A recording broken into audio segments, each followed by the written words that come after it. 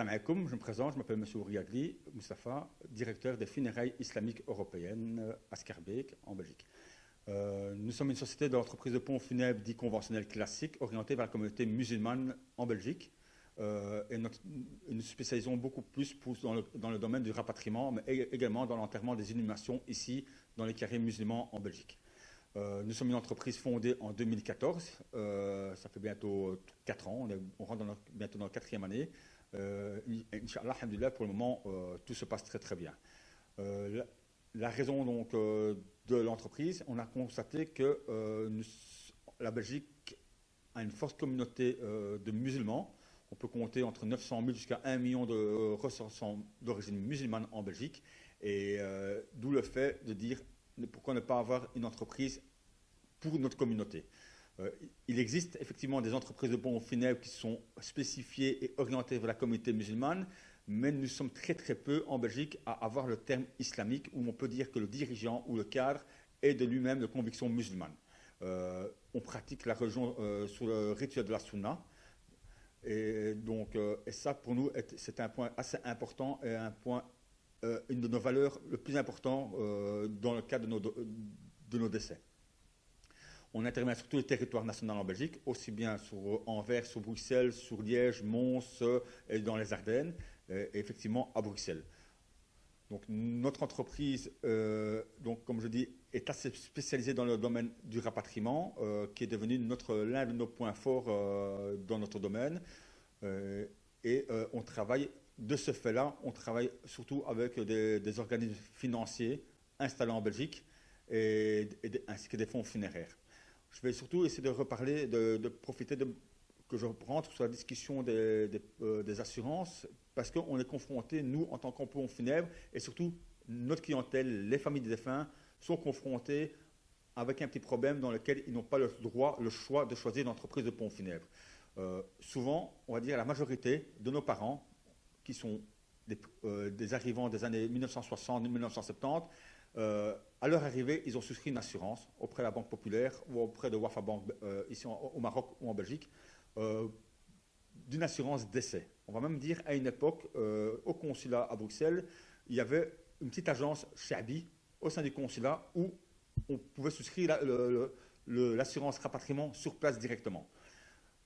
Le problème, c'est que quand on vient et que la famille se présente pour demander ça, on va lui mettre en valeur les points importants, à savoir, voilà, en cas de décès, vous avez droit à un rapatriement, 2 billets accompagnateurs, vous avez droit à 1200 ou 1500 dirhams, 1500 euros, plutôt 10 000 à 15 000 dirhams. Donc les familles sont, et le rapport qualité-prix est intéressant parce qu'on va leur dire que ça vous revient entre 90 et 100 euros. Donc ce qui est assez important pour nous, communauté, puisqu'on regarde surtout l'importance du prix. Mais ce qu'il y a, c'est que derrière cela se cachent les conditions générales du contrat. Parce qu'une fois que vous êtes d'accord du produit, le responsable de l'organisme financier va vous présenter le contrat. Effectivement, les contrats, ce n'est pas une demi-page. Les contrats, c'est 2, 3, 4, 5 pages, et on n'a hélas pas le temps de le lire.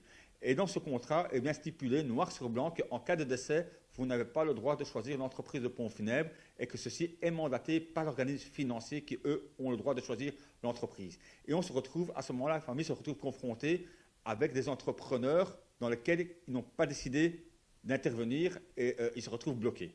Alors, c'est très simple, la majorité des compagnies d'assurance va dire, si vous voulez voir votre entreprise de pompes funèbres, allez-y, mais vous serez sanctionné, à savoir, on va payer l'entreprise, mais on ne vous offrira pas le billet accompagnateur, ou bien on va vous verser ça, mais la différence, vous allez le payer par vous-même. Et ça, hélas, c'est un cas encore vécu à l'heure actuelle, et on se retrouve avec ça. Maintenant, alhamdoulilah, on va dire qu'il y a des banques marocaines qui ont des produits qui ont été vendus, comme je dis, dans les années 70, dans les années 80, dans les années 60, 70, 80, ici en Belgique et au Maroc, et ils ont voulu se mettre en ordre sur la législation belge et ont commencé à vendre des produits à eux ici en Belgique, sous l'organisme de grands multinationales européens.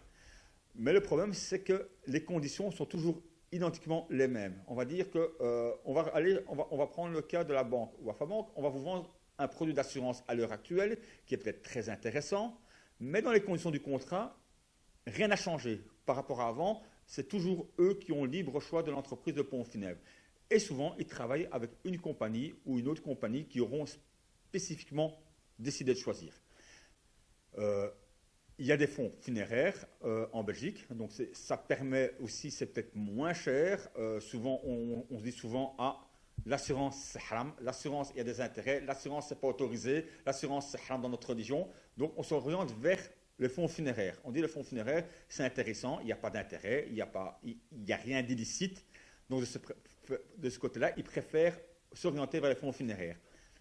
Il faut savoir que les fonds funéraires également sont soumis à des conditions. Vous allez le voir, les prix sont peut-être certes intéressants, mais vous n'avez hélas aussi pas le choix de l'entreprise de pompes funèbres que vous voulez choisir. Il y a des entreprises qui vont vous orienter vers une autre entreprise, il y a d'autres qui vont vous orienter vers d'autres entreprises, il y a des fonds funéraires qui vont vous faire un choix en disant voilà, nous travaillons avec cette entreprise-là, cette entreprise-là, cette entreprise-là, et à vous de choisir. Donc ça permet au moins déjà aux familles de dire tiens, voilà, on travaille avec des entreprises à caractère musulman. Ça, c'est un peu la problématique, comme je dis, des assurances. Mais il existe ici également en Belgique, en plus des fonds funéraires, des assurances, d'organismes financiers, on va dire les banques belges vendent des produits, ce qu'on appelle des plans obsèques. Les plans obsèques, c'est quoi? C'est rien d'autre que vous mettez de côté de l'argent, votre propre argent, durant un laps de temps, et c'est un capital qui est mis de côté, et en cas de décès, vous pouvez utiliser votre argent pour payer votre enterrement et votre rapatriement. L'avantage de ce capital obsèque, c'est que ça vous permet de faire ce que vous voulez. Je vais prendre le cas, ici en Belgique, vous devez savoir que les organismes d'assurance marocaines, en cas de décès et en cas d'enterrement en Belgique, ne prendront pas en charge l'achat de la concession dans un cimetière ou dans un carré musulman. Ce n'est pas repris dans les conditions du contrat, même dans aucune condition du contrat d'organisme financier. Donc l'avantage de ces plans obsèques, c'est que quand vous faites le calcul du plan obsèque, vous savez prévoir un petit capital, dire voilà, moi je veux mettre 500, 1000 ou 2000 euros de côté pour pouvoir acheter mon terrain durant 50 ans et au moins je suis tranquille et je dois laisser personne derrière moi à payer mes dettes ou à payer quoi que ce soit.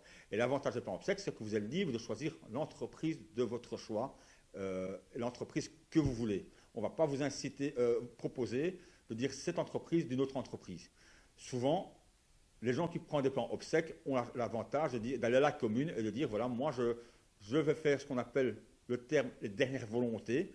On se retrouve souvent confronté avec des personnes issues de mariages mixtes ou des convertis qui se disent tiens, voilà, moi je n'ai pas la chance de pouvoir me faire rapatrier dans un pays musulman, donc je suis dans l'obligation de me faire enterrer ici, dans un carré musulman. Donc qu'est-ce qu'ils font? Ils vont à l'administration communale, ils enregistrent leur dernière volonté avec le numéro de police d'assurance et en cas de décès, n'importe quel entrepreneur qui ira à la commune se verra l'accès bloqué en disant vous ne pouvez pas y aller parce que cette personne, de son vivant, a décidé que ce soit une entreprise funéraire musulmane qui s'occupe des démarches.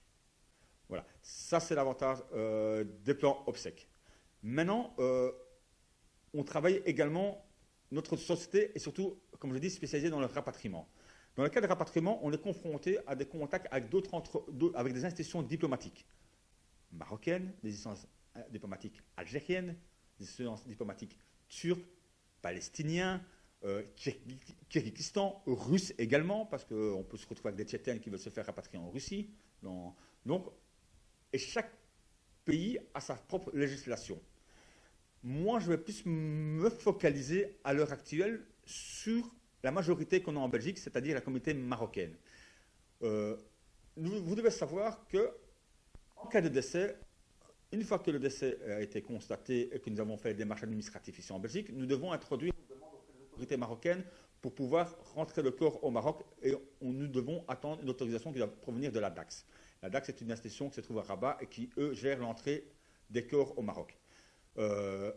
Mais pour ça, donc, nous devons concevoir un dossier et le faire rentrer. Vous devez savoir que la réponse, quand nous l'introduisons aujourd'hui, nous recevons la réponse que le lendemain. Souvent, cette réponse de lendemain nous bloque dans la procédure du dossier. Pour le citer, voilà l'inconvénient de ce qu'on a, un cas vécu encore actuellement.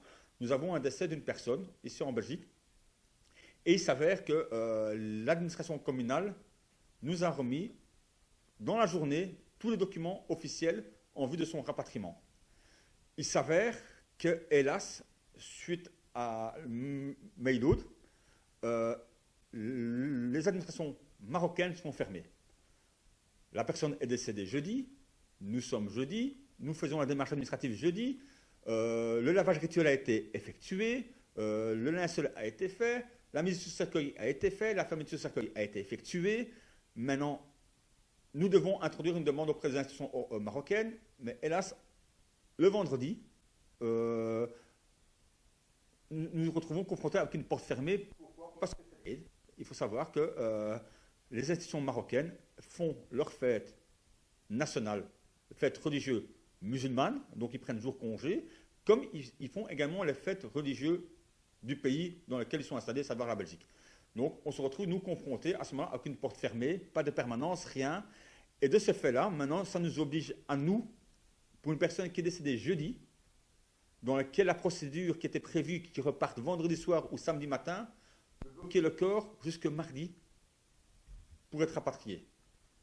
Donc, c'est triste d'apprendre que nous devons attendre 5 jours avant que nous pouvons rentrer le corps au Maroc. Il aurait été parti de créer une permanence auprès des institutions diplomatiques, de faire entrer une demande pour qu'on reçoive la réponse, pour qu'on puisse effectivement renvoyer la défunte à son emplacement, c'est-à-dire au Maroc, et se faire enterrer rapidement. Voilà. Souvent, c'est ce qui nous bloque dans le cas d'un rapatriement. Les familles nous disent souvent, oui, mais je ne comprends pas pourquoi ça tarde. Pourquoi ça tarde? Effectivement, nous sommes soumis à la législation belge. Nous sommes soumis à la législation marocaine. Nous sommes soumis à la législation étrangère du pays dans lequel le pays sera rapatrié, le corps sera rapatrié. Donc nous sommes confrontés à cela, et de ce fait-là, nous sommes dans l'obligation, nous, de suivre cette législation.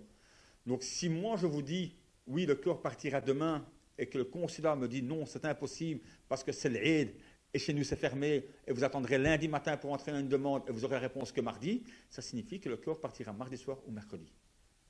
Et c'est triste de ne pas avoir une permanence de garde, comme on peut trouver, on va dire, dans les administrations belges. Je vais vous donner un cas vécu. On a eu un cas d'une personne du Kirghizistan. Donc, ce Kirghizistan, c'est un petit État qui se trouve en Asie, un pays musulman. On a eu un défunt donc, qui est décédé ici à Bruxelles, et on a pris contact avec les autorités, le consulat du Kirghizistan ici à Ixelles. Ce que j'étais étonné, c'était un jour férié. C'était un jour férié, le consul s'est déplacé en personne jusqu'au consulat, m'a ouvert la porte, je lui ai remis les documents, il m'a remis l'autorisation de rapatriement le jour même pour pouvoir retourner au Kirghizistan. Voilà ce que moi j'appelle le service à sa communauté, le service à sa population. C'est qu'un consul a pris la peine, un jour férié belge, parce que c'était un jour férié belge, de se déplacer, d'ouvrir son consulat alors qu'il était tout seul pour pouvoir me remettre un laissez-passer. Hein? Demain, si nous avons une institution diplomatique marocaine qui fait identiquement la même chose, on serait les ressortissants marocains les plus heureux qui puissent exister. Mais à mon avis, il faudrait encore quelques années ou quelques temps pour qu'on y arrive à ce point-là. Et aussi, au point de vue procédure, pourquoi nous devons, nous, quand on rentre une demande auprès des autorités marocaines, attendre 24 heures? Je n'arrive pas à comprendre. Pourquoi ne pas faire rentrer juste un document de décès prouvant que la personne est décédée, une copie de sa carte nationale prouvant que la personne est d'origine marocaine, et de recevoir une autorisation? Ça se passe très très bien auprès de la communauté turque. Auprès de la turque, c'est très simple. Une personne est décédée, on se présente au consulat, on leur remet la carte d'identité du défunt turc, on lui remet l'acte de décès pour dire que la personne est bien décédée, et on ressort avec l'autorisation de rentrer en Turquie. Et ça aussi, ça nous prend maximum 20 minutes au sein du consulat pour ressortir avec l'autorisation.